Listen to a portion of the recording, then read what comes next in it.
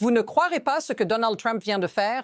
Après avoir menacé d'envahir le Groenland, la réponse du monde a été forte, unie et impossible à ignorer. Mais maintenant, dans un retournement totalement inattendu, Trump a capitulé. Attendez, ce n'est pas ce que vous pensez. Il n'a pas cédé comme on pourrait l'imaginer. Il n'a pas présenté d'excuses. Au contraire, il a conclu un accord. Mais que cache vraiment cet accord? Qu'est-ce que cela signifie pour les États-Unis, l'OTAN et le reste du monde? Est-ce une victoire ou Trump vient-il de créer un problème encore plus grand? Restez avec nous, car vous allez découvrir la vérité et cela va totalement changer votre vision des choses. Le scénario ici n'est pas un simple désaveu, c'est un mouvement stratégique.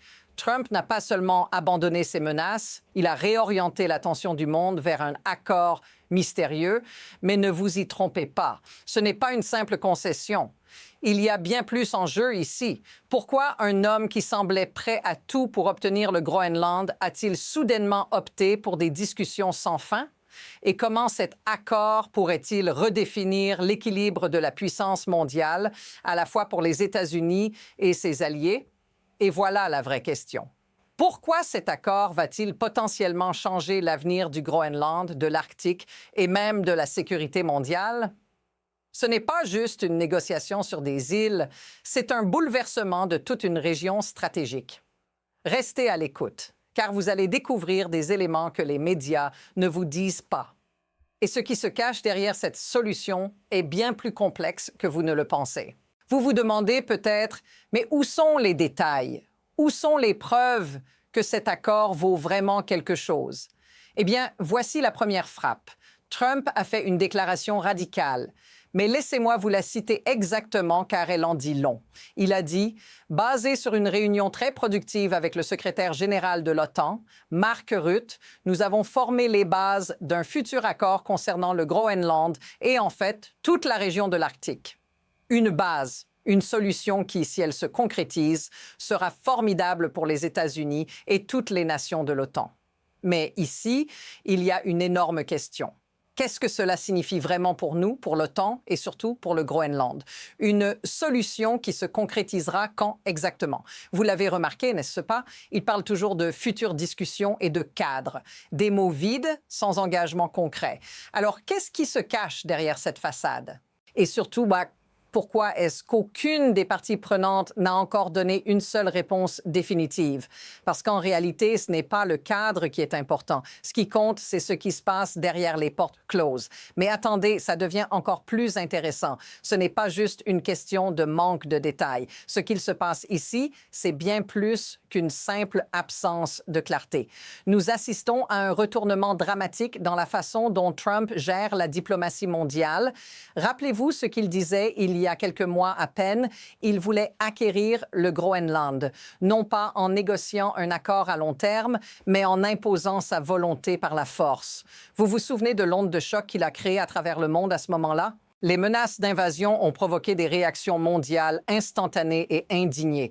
L'UE, le Canada, le Groenland, tout le monde s'est retrouvé sur la même longueur d'onde, condamnant cette idée absurde. L'histoire aurait dû s'arrêter là. Mais au lieu de cela, Trump a maintenant tourné la situation à son avantage en présentant ce deal infini. Et là où ça devient vraiment inquiétant, c'est cette normalisation de la folie. Ce qui aurait été impensable sous n'importe quel autre président est devenu une simple solution dans la tête de Trump. Qui aurait cru qu'un jour, un dirigeant américain pourrait ouvrir la voie à un arrangement aussi flou et vague? Ce n'est pas juste une erreur de jugement, c'est un manque flagrant de leadership, une incapacité à concrétiser des objectifs qui étaient autrefois si clairs, et la réaction mondiale à cela, une nouvelle vague de désaveux et de doutes. Même ses partisans commencent à se poser des questions. Mais l'histoire ne s'arrête pas là. Tout cela s'intensifie à un rythme inquiétant. Regardez comment les choses évoluent juste après cette déclaration vague et sans substance. Trump, dans ses derniers commentaires, a ajouté une nouvelle couche de confusion en parlant des négociations infinies et de l'implication de tout un groupe de responsables politiques dans cet accord. Mais là où ça devient encore plus étrange, c'est que pendant que Trump enfonce le clou avec ses promesses vides, ses partisans, eux, commencent à s'embrouiller de plus en plus. Prenez cet exemple. Lorsque Trump a expliqué comment il envisageait cet accord infini, il a été confronté à une question simple. Qu'est-ce que cela implique pour la souveraineté du Groenland? Est-ce que les États-Unis vont en devenir les propriétaires? Trump, bien sûr, a éludé cette question cruciale. Puis, pour couronner le tout, il a ajouté « c'est un accord long terme, un accord infini ». Vous l'entendez? Aucun engagement réel, aucune date précise, rien de tangible. Ce n'est rien d'autre qu'un bluff qui ne fait que prolonger la confusion. Mais regardez comment cela s'accélère. Les négociations entre les responsables américains et les pays concernés passent de plus en plus au second plan. Ce qui compte maintenant, c'est l'incertitude croissante que Trump engendre sur la scène mondiale. Alors, à mesure que la pression monte, que se passe-t-il quand cet accord infini entre en jeu? Quelle sera la véritable conséquence si cette dynamique continue? Maintenant, parlons un instant de l'impact humain. Ce n'est pas juste une question de politique, de discours ou de manipulation diplomatique. Cela touche directement les vies des gens. Imaginez un instant que cet accord infini entre en vigueur. Ce n'est pas un simple jeu d'échecs entre leaders mondiaux. Cela affecte le citoyen ordinaire à un niveau profondément humain. Le Groenland, une île qui a longtemps été sous la protection de Danemark, voit sa souveraineté remise en question. Et pendant que Trump jongle avec ses accords futurs et ses promesses sans fin, la réalité sur le terrain est bien différente. Les habitants du Groenland et des pays voisins s'inquiètent de ce que cela pourrait signifier pour leur sécurité, pour leur avenir. Comment se sentirait-on si une autre nation, bien plus puissante, prenait des décisions en dehors de notre contrôle direct? Et voilà où vous entrez en jeu. Si vous vous sentez un peu comme ces habitants, pris entre la promesse d'un futur incertain et la réalité de politiques irréalistes, dites-le en commentaire. Parce que cette situation, même si elle peut sembler lointaine, pourrait bien résonner chez nous tous. Après tout, ce ne sont pas juste des décisions géopolitiques. Ce sont des décisions qui façonnent notre sécurité et notre avenir. Maintenant, au lieu de se concentrer uniquement sur la surface du problème, jetons un coup d'œil à ce qui permet réellement à ces événements de se dérouler ainsi. Ce n'est pas seulement une question de personnes ou de décisions individuelles. Non, il y a quelque chose de plus profond en jeu, un système. Le système qui permet à des personnages comme Trump de jouer avec la stabilité mondiale, en utilisant des stratégies de distraction, de manipulation des peurs et d'influence sur les opinions publiques. Ce ne sont pas des décisions prises dans un vide. Elles s'appuient sur des leviers de pouvoir, paix, d'influence et de spectacle. Regardez comment l'OTAN, un acteur central de cette situation, est un exemple parfait de ce mécanisme. Si Trump se sentait assez puissant pour manipuler les discussions au sujet du Groenland et des territoires stratégiques, c'est en grande partie parce que les États-Unis ont une position de pouvoir unique dans cette organisation. Et bien sûr, tout est caché derrière la façade d'une protection mutuelle et des intérêts communs.